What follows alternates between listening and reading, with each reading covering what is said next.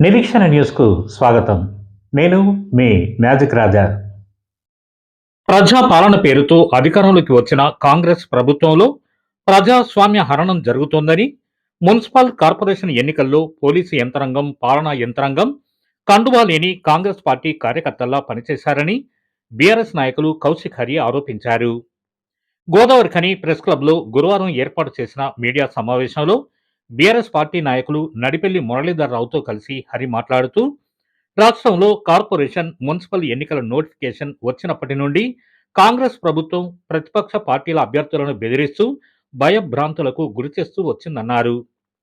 ప్రతిపక్షాల అభ్యర్థులను విడ్రా చేయించడం, ప్రతిపక్ష అభ్యర్థుల వెంట ఎవరూ తిరగకుండా బెదిరించడం వంటివి చేశారని ఆరోపించారు. ఇప్పుడు ఎన్నికల ఫలితాలు వచ్చిన తర్వాత కూడా అదే తంతును కొనసాగిస్తూ వస్తున్నారని, కాంగ్రెస్ పార్టీకి బలం లేని కేతన్నపల్లి లాంటి మున్సిపాలిటీని దక్కించుకునే విధంగా పోలీస్ యంత్రాంగాన్ని, ప్రభుత్వ అధికారులను వాడుకుంటున్నారని విమర్శించారు. కేతనపల్లి మున్సిపాలిటీలో మొత్తం 22 వార్డులకు గాను 7 సీట్లను మాత్రమే గెలిచిన కాంగ్రెస్ పార్టీ చైర్మన్ పీఠాన్ని అధికార బలంతో దక్కించుకోవాలని చూడడం సిగ్గుచేటన్నారు. దానిని అడ్డుకున్న మాజీ ఎమ్మెల్యే, మాజీ ఎంపీ బాల్క సుమన్పై అక్రమ కేసును బనాయించి అరెస్టు చేయడాన్ని తీవ్రంగా ఖండించారు. బాల్క సుమన్పై అక్రమంగా పెట్టిన కేసును ఉపసంహరించుకొని కేతనపల్లిలో ప్రజాస్వామ్యాన్ని కాపాడాలని డిమాండ్ చేశారు. రామగుండంలో కూడా ఎన్నికల సమయంలో బెదిరింపులతోనే ఎన్నికలు జరిగాయన్నారు. కౌంటింగ్ ముందు రోజు అర్ధరాత్రి కరెంటు పోవడం జరిగిందని, ఆ సమయంలో స్ట్రాంగ్ రూముల వద్ద ఏం జరిగిందో అక్కడి సీసీ ఫుటేజీని బయట పెట్టాల్సిన అవసరం ఉందని డిమాండ్ చేశారు. రామగుండం కార్పొరేషన్లో గెలవాల్సిన అభ్యర్థులు ఓడిపోవడం, ఓడిపోవాల్సిన అభ్యర్థులు గెలవడం జరిగిందన్నారు. కాంగ్రెస్ పాలనలో ప్రజాస్వామ్యం ఖూనీ అయిందని ఆవేదన వ్యక్తం చేశారు. ఇంకా ఈ మీడియా సమావేశంలో బీఆర్ఎస్ కార్పొరేటర్ మేకల సమ్మయ్య, నాయకులు జేవి రాజు, పర్లపల్లి రవి, జక్కుల తిరుపతి, కిరణ్జీ, చింటూ, శ్రావణ్ తదితరులు పాల్గొన్నారు. ప్రజాస్వామ్యం అనేదే లేకుండా పోతా ఉంది. ప్రజాపాలన అనే పేరు చెప్పుకొని వచ్చినటువంటి కాంగ్రెస్ పార్టీ, అదేవిధంగా రాహుల్ గాంధీ రాజ్యాంగం అని చెప్పేసి చేతుల పట్టుకొని తిరుగుతూ ఉంటాడు. కానీ ఇవాళ తెలంగాణ రాష్ట్రంలో ఎక్కడ కూడా రాజ్యాంగం అమలు అయితలేదు. ఎక్కడ చూసినా దౌర్జన్యం, ఒక అధికార యంత్రాంగం పని అనేదే లేకుండా, అధికారుల ప్రమేయం లేకుండా, అధికారులందరూ కూడా చాలా ప్రాంతాలలో రాష్ట్ర వ్యాప్తంగా పూర్తిగా కండువ కప్పుకొని పనిచేస్తున్నటువంటి కార్యకర్తల్లాగా, నాయకుల్లాగా, ముఖ్య నాయకుల్లాగానే వ్యవహారం జరుగుతూ ఉన్నది. ఇవాళ మనం చూస్తూ ఉంటే ఎన్నికలు, మున్సిపల్ ఎన్నికలు మొదలైన నాటి నుంచి చూసుకుంటే భయభ్రాంతులకు గురి చేస్తూ అనేక మందిని విత్డ్రాల్ చేయించడం, ఆ ఏ వ్యక్తి అయితే పోటీ చేస్తూ ఉంటే ఆ పోటీ చేసే వ్యక్తి చుట్టూన్నటువంటి ఆయన యొక్క అనుచర గణాన్ని ఇబ్బందులు పెట్టుకుంటా, విత్డ్రాల్ చేయించుకుంటా, దాని తర్వాత ఇనాన్మస్లు చేసుకునే ప్రయత్నం చేసి, దాని తర్వాత ఎన్నికలు వచ్చేసరికి ఎన్నికలలో కూడా అధికారులను వాడుకొని అవినీతితో సంపాదించిన డబ్బులన్నీ విచ్చలవిడిగా వెదజల్లుతూ ఇవాళ ఎన్నికల అనే ఒక ప్రజాస్వామ్యంలో ఉన్నటువంటి హక్కును కానీ, ఆ యొక్క విధానాన్ని కానీ పరిహసించే విధంగా ఇవాళ తెలంగాణలో జరుగుతూ ఉన్నది. ఇంత పెద్ద ప్రజాస్వామ్య దేశంలో ఇది జరగడం, చాలా మంది దీన్ని కళ్ళు మూసుకొని చూడడం అనేది చాలా బాధాకరమైన విషయం. ఇవాళ గెలిచిన తర్వాత కూడా ఎన్నికల రోజు, పోలింగ్ అయిపోయినాక, గెలిచినాక కూడా ఇవాళ మనం చూస్తూ ఉన్నాం. ఎక్కడైతే కేతనపల్లి కావచ్చు, తొర్రూరు కావచ్చు, ఏ విధమైనటువంటి పరిణామాలు జరుగుతూ ఉన్నాయి అక్కడ. ఇవాళ కేతనపల్లిలో ఉన్న 22ల 14 మంది బీజేపీ మరియు సిపిఐకి సంబంధించిన వాళ్ళు గెలిస్తే, బీఆర్ఎస్ ను సిపిఐ వాళ్ళు గెలిస్తే, ఇవాళ 7-8 సీట్లు లేని కాంగ్రెస్ వాళ్ళు దౌర్జన్యంగా, అసలు సిగ్గనిపియదా, ఓడిపోయినాం పక్కకుండాలే, 14 మందికి సంబంధించిన వాళ్ళు గెలుస్తారు, అయిపోతుంది. చాలా సింపుల్ గా జరగాల్సినటువంటి విషయాన్ని ఇవాళ అక్కడ ఉన్నటువంటి మంత్రి కావచ్చు, ఎంపీ కావచ్చు, అదేదో పెద్ద గొప్ప పని అనుకునే విధంగా వాళ్ళు వ్యవహారం చేసి ఒక 4 వారం రోజులుగా కేతనపల్లి కానీ మంచిర్యాల జిల్లాలలో ఒక దౌర్జన్యకరమైనటువంటి, ఒక అమానుషమైన సంఘటనలు జరిగే విధంగా ఉన్నది. వాళ్ళ కిలాప్ల కేతనపల్లిలో బంద్ పెడితే కూడా బంద్ విజయవంతమైంది అంటే, ఇవాళ ఒక మున్సిపల్ ఎన్నికల కోసం 1000 మందిని పోలీసులను డిప్లాయ్ చేసి ఇవాళ ఊర్ల మీద పడి, ఊరి మీద యుద్ధం చేసే విధంగా ఇవాళ పోలీసు వ్యవస్థను వాడుకొని ఇవాళ కాంగ్రెస్ ప్రభుత్వం చేస్తా ఉన్నది. ఇవాళ తొర్రూరులో కావచ్చు, ఇంకొకడ చూసినా కానీ, ఎక్కడ ఇబ్రహీంపట్నంలో కానీ, ఇంకా ఏ ప్రాంతం తీసుకున్న వేల మంది పోలీసులను కవాతు చేసుకుంటూ ఆ డిస్ప్లే చేసిన ఫోటోలు చూస్తూ ఉంటే మనం ప్రజాస్వామ్యం ఏ విధంగా పోతుందనేది గమనించాల్సిన విషయం. ఇవాళ అక్కడికి పోయే వాళ్లను ఓటింగ్కి పోతా ఉంటే కథనపల్లి అడ్డుకొని సుమన్ను నిర్బంధం పెట్టి నానా రకాల ఇబ్బందులు పెట్టి మా వాళ్ళ మీదనే దాడి చేసి ఇవాళ సుమన్ను అరెస్ట్ చేయడం అనేది చాలా దౌర్భాగ్యమైనటువంటి విషయం. ఇవాళ ఎక్కడ పోతుంది ఈ రాజ్యాంగం పట్టుకొని తిరిగేటువంటి రాహుల్ గాంధీ కళ్ళు కనబడతలేవా? ఆ వారసత్వాన్ని పునికిపుచ్చుకున్నటువంటి కాంగ్రెస్ లా ఏ విధంగా నడుస్తుంది? అసలు ఏం రకమైన కాంగ్రెస్ ఇది? కాంగ్రెస్ అనేది మారిపోయిందా లేకపోతే ఏమున్నది? ఈ విధానాన్ని మేమందరం కూడా పూర్తిగా ఖండిస్తా ఉన్నాం.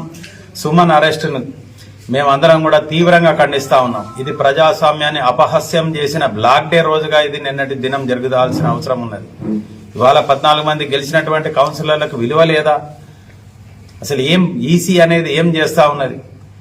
ఇట్లాంటి భయానకమైన వాతావరణం రాష్ట్ర వ్యాప్తంగా జరుగుతోంది. అదే విధంగా మా రామగుండం మున్సిపాలిటీలో కూడా ఏదైతే మేము నామినేషన్ ప్రక్రియ మొదలైన రోజు నుంచి ఇక్కడ ఉన్నటువంటి మక్కాన్ సింగ్ గుండా పాలనతోటి ఇవాళ నామినేషన్లు బలవంతంగా విత్డ్రాల్ చేయించడం మనం చూసినాం. ఏ విధంగా విత్డ్రాల్ చేయించారు, దాని మీద కంప్లైంట్ చేస్తే కూడా ఇప్పటి వరకు ఏ విధంగా లేదు.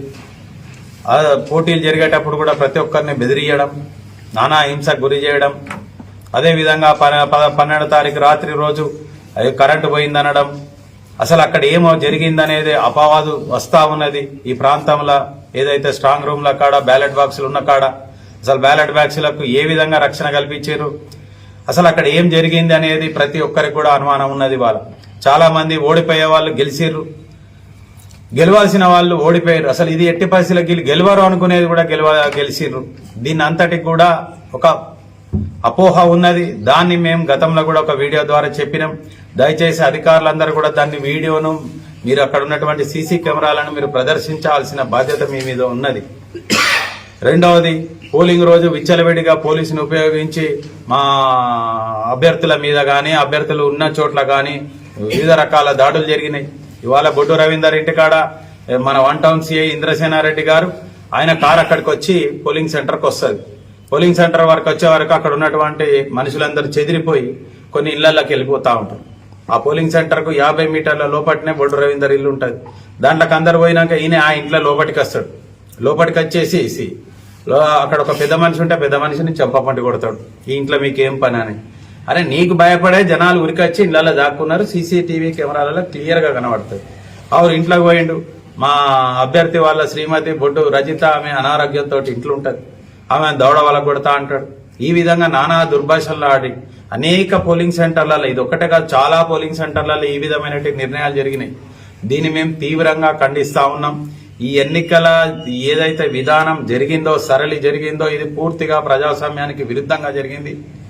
దీన్ని ఏదైతే అక్రమ ఆర్జనతోటి గత 2 సంవత్సరాలుగా ఇక్కడ ఉన్నటువంటి గెలిచినటువంటి ఎమ్మెల్యే సంపాదించిన సంపాదనతోటి విచ్చలవిడిగా డబ్బు ప్రవాహంతో మీరు ఎక్కడ కూడా నైతికతతోటి గెలవలేదు, న్యాయంగా గెలవలేదు. మీ గెలిచిరు కావచ్చు, మీరు చేసుకున్నారు కావచ్చు, కానీ మీది నిజాయితీ అయిన గెలుపు కాదని చెప్పి మీరు మీ గుండె మీద చేసుకుంటే మీకు తెలిసిపోతా ఉంటాయి. కాబట్టి మేము దీన్ని తీవ్రంగా ఖండిస్తా ఉన్నాం. ఈ ఎన్నికల దాన్ని ఈసీ సీరియస్ గా తీసుకొని, ఇక్కడ ఉన్నటువంటి పోలీస్ కమిషనర్ గారు కూడా సీరియస్ గా తీసుకొని, ఇక్కడ ఏం జరిగింది, ఏం జరుగుతుంది, ఈ విధానాన్ని మీరు మార్చకపోతే మీరు ఇంత గొప్ప చదువులు చదువుకొని ఇంత రాజ్యాంగాన్ని చదివిన వాళ్ళు, రాజ్యాంగాన్ని అమలు పరిచిన మీరే ఈ విధంగా మీరు నిమ్మకుండిపోవడం, ఈ అధికారానికి భయపడి ఈ విధంగా ఉండడం చాలా శోచనీయం. దీన్ని మేము తీవ్రంగా బీఆర్ఎస్ పార్టీ పక్షాన ఖండిస్తూ బేషరతుగా మా సుమనన్నను రిలీజ్ చేసి ఆ కేసు విత్డ్రా చేసుకొని కేతనపల్లిలో న్యాయమైనటువంటి ఎన్నిక జరగాలని చెప్పేసి, జరగకపోతే రాబోయే కాలంలో తప్పకుండా ప్రజలు మంచోళ్ళు ఈ ప్రజాస్వామ్యం దేశం స్వాతంత్రం వచ్చిన తర్వాత హిట్లర్ లాంటి వాళ్ళు మంచి వాళ్ళు ఈ దేశంలో ఉన్న హిట్లర్ లాంటి మనుషులందరూ కూడా కాలగర్భంలో కలిసిపోయారు. ఎప్పటికైనా ఈ కాంగ్రెస్ కు పుట్టగతులు ఉండయి. రేవంత్ రెడ్డి కావచ్చు, మంత్రి వివేక్ గారు కావచ్చు, మక్కాన్ సింగ్ కావచ్చు, ఇంకెవరైనా కానీ మీరు ఎప్పటికైనా కానీ ప్రజల ఆగ్రహానికి గురి కావాల్సి వస్తుంది. మీరు న్యాయంగా గెలవండి, న్యాయంగా చేసుకోండి. ఏదో కొద్దో గొప్ప ప్రభుత్వం ఉన్నప్పుడు జరుగుతుంది, కానీ ఇంత విచ్చలవిడితనం జరిగేసి మీరు ఆ గెలుపును మీరు మా గెలుపు అని అనుకోవడం. ఇవాళ చెప్తా ఉన్నా 1,24,000 ఓట్లు పోలైనాయి. ఇక్కడ కాంగ్రెస్ కి ఏమొచ్చినాయి? 50,000 ఓట్లు వచ్చినాయి. మేమేదో గొప్ప గెలిచినామని చెప్పుకుంటారు. మీకు ఖిలాఫ్లో 74,000 ఓట్లు పోలైనాయి. మీకు కనబడుతుందా వినబడుతుందో లేదో, మీ మీద ఎంత వ్యతిరేకత ఉన్నది అనేది కనబడుతుంది. మీకు వచ్చినాయి 50,000 ఓట్లే, మీకు వ్యతిరేకంగా 74,000 ఓట్లు వచ్చినాయి. మీరు ఇంత మజిల్ పవరు, మీరు అధికారం, డబ్బు, ఈ భయభ్రాంతులకు గురి చేసి మీరు సంపాదించిన ఓట్లు 50,000. రేపు రాబోయే కాలంలో మీకు ఈ అధికారం ఉండదు, ఈ అధికారులు వత్తాసు పలికే కాలం ఉండదు, ఇదంతా ఉండదు. కావచ్చు పేల భయం పెట్టుకొని ప్రజలంటే గౌరవంతో, ప్రజాస్వామ్యం అంటే గౌరవంతో మీరు మెదలని చెప్పి మేము డిమాండ్ చేస్తాం. అంబేద్కర్ రాసినటువంటి రాజ్యాంగాన్ని గౌరవిస్తున్నామని చెప్పుకునే లీడర్లు మరి అలా ఒక మాజీ ఎంపీ, మాజీ ఎమ్మెల్యే ప్రజాస్వామ్యబద్ధంగా అక్కడ మెజారిటీ ఉన్నది. మెజారిటీ ప్రకారం అక్కడ బీఆర్ఎస్ మేయరు, అదే సిపిఐ ఇద్దరు అలయన్స్లో కావలసిన మేయర్ను అడ్డుకొని కనీసం హాలుకు రాకముందే పోలీసు దౌర్జన్యంతో అడ్డుకొని గలాట సృష్టించి ఈరోజు సుమన్ గారిని ఉల్టా కేసు పెట్టి లోపలికి పంపడం ఏదైతున్నదో మనం ఎక్కడున్నామనేది ఒకసారి గుర్తు తెచ్చుకోవాలి.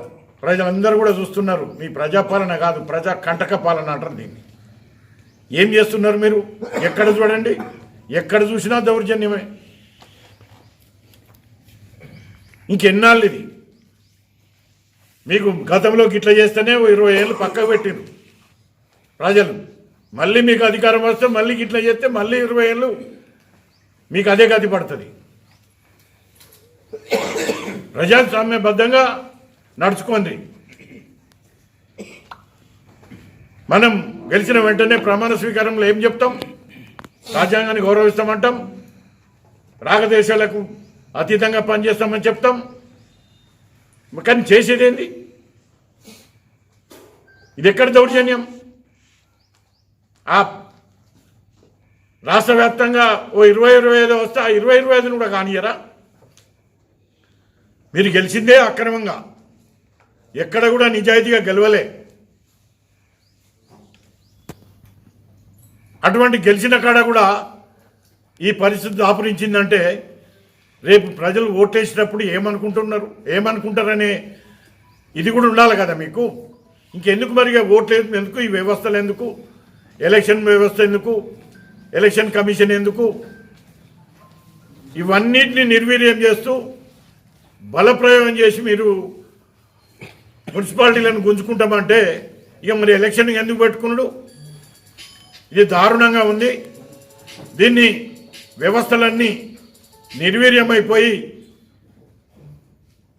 ఇక్కడున్న ప్రభుత్వానికి వత్తాసు పాడుతున్నాయి.